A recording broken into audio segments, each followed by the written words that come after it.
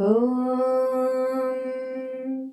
अस्य श्रीबृहस्पतिकवचस्तोत्रमहामन्त्रस्य ईश्वर ऋषिः अनुष्टुप् छन्दः बृहस्पतिर्देवता गं बीजं श्रीं शक्तिः क्लीं कीलकं बृहस्पतिपीडाप्रशमनार्थे बृहस्पतिप्रसादसिद्ध्यर्थे जपे विनियोगः।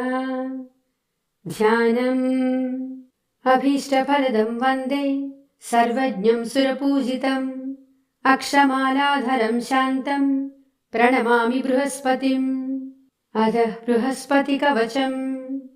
बृहस्पतिशिरः पातु ललाटं पातु मे गुरुः कर्णौ सुरगुरुः पातु नेत्रे मे भीष्टदायकः जिह्वां पातु सुराचार्यः नासं मे वेदपारगः मुखं मे पातु सर्वज्ञः कण्ठं मे देवता गुरुः भुजावाङ्गीरसः पातु करो पातु शुभप्रदः स्तनो मे पातु वागीश कुक्षिं मे शुभलक्षणः नाभिं देवगुरुः पातु मध्यं पातु सुखप्रदः कटिं पातु जगद्वन्द्यः ऊरु मे पातु वाक्पतिः जानुजङ्घे सुराचार्यः पादौ विश्वात्मकः सदा अन्यानि यानि चाङ्गानि रक्षेन्मे सर्वतो गुरुः।